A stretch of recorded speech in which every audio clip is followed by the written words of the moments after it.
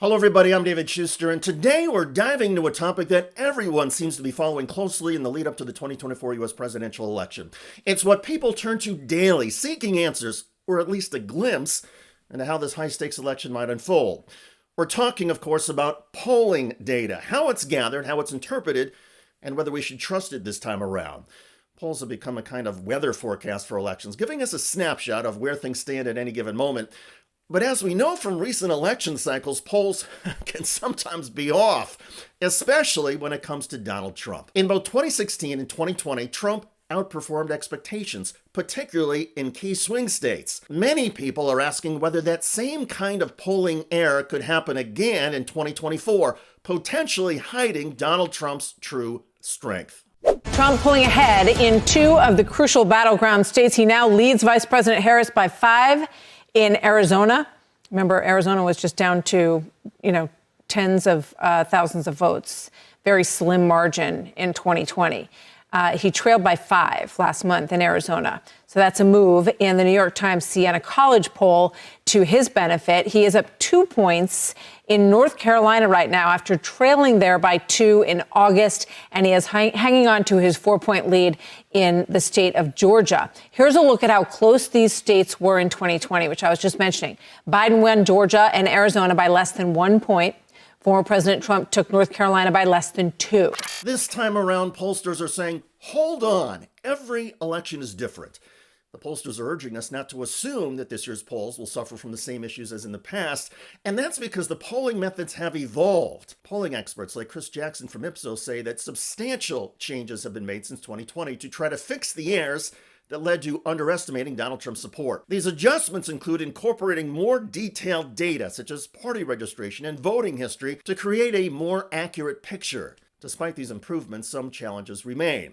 One of the biggest hurdles pollsters face is predicting voter turnout, something that's particularly tricky when it comes to Donald Trump's base. So Linda Lake, a Democratic pollster, admits that it's still difficult to predict who will actually show up on Election Day, noting that surprises could come from both Donald Trump and Vice President Kamala Harris supporters. While Democrats are gaining momentum with younger voters and newly registered voters, Donald Trump continues to draw support from a significant number of people who've been registered for years but may vote for the first time in 2024. Experts say it's not just the poll themselves that lead to confusion, but how we interpret them. For example, in 2016, the national polls were actually pretty close to the final result, with Hillary Clinton winning the popular vote by a narrow margin. However, the perception was that the polls had missed the mark because Donald Trump ended up winning the Electoral College. And then there's the so-called shy Trump voter theory, which suggests that some people who plan to vote for Donald Trump are reluctant to say so to pollsters. Now, maybe this was the case in 2016. Nowadays, if there's one word to describe a Trump supporter, it's definitely not shy. Just listen to some of the responses of a North Carolina rally when TYT asked Trump supporters what would happen to MAGA if Donald Trump lost again. Donald Trump, man. My wife calls me Donald Trump. I love the guy. Love the guy. If he were to lose again, what would that mean to you? We better buy some more guns, ammunition, because we got what's coming over the border right now is pretty bad. So we got criminals running the show. George Soros, he's got to go. His son's got to go. A lot of people don't know his son's married to Clinton's daughter. So they're all keeping it entwined with each other. So they're keeping it in the money. The crooks are all running the show. You got Kamala Harris. I'm not going to be nasty and call her anything but a name, but we all know who she is. You got Tampon Tim. Where'd this guy come from? Where did that guy Tim Walz come from? Minnesota. He was governor for 5 years, member of the U.S. House before that for 12. Before that, a public school teacher. He's not exactly a surprise figure who just burst onto the political or public scene.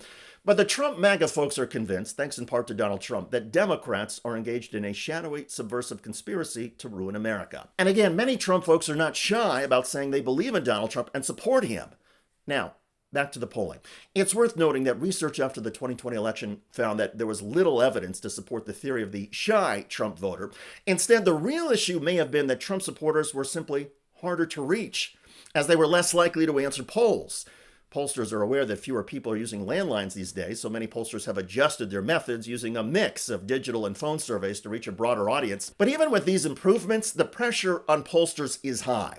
As the stakes of this election grow, so does the demand for more precise polling data. And getting a truly representative sample of the voter demographics in any given election is difficult. You may poll 40 Democrats, 40 Republicans, and 20 independents, but that doesn't mean the breakdown in the election will reflect those splits in the end. So where does this leave us? Well, while polling can give us a general sense of the race at any given moment, it's clear that there are still many unknowns. Also, the polls being conducted now, a month before the election, are generally not reflective of final election results.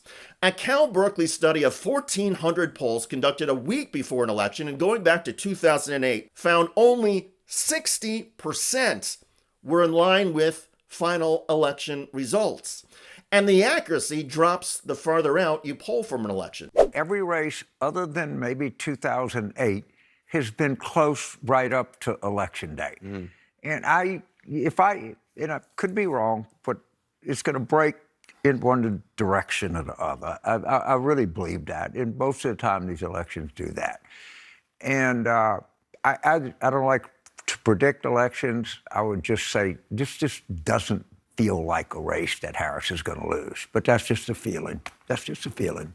So the lesson in all of this, according to statisticians, pollsters, political scientists, and even campaign strategists, is don't get too happy or sad about any polls. They can help reveal some key themes and concerns among voters, but as to who wins, polls are not the be-all and end-all that the media promoting a poll would have you believe. In other words, if you care about an election outcome, take nothing for granted. Get out and vote. Get your friends and family to vote, and then be patient on election night. Vote tabulation results can often take hours or days, but those are the results that matter. I'm David Shuster. Thanks for joining us.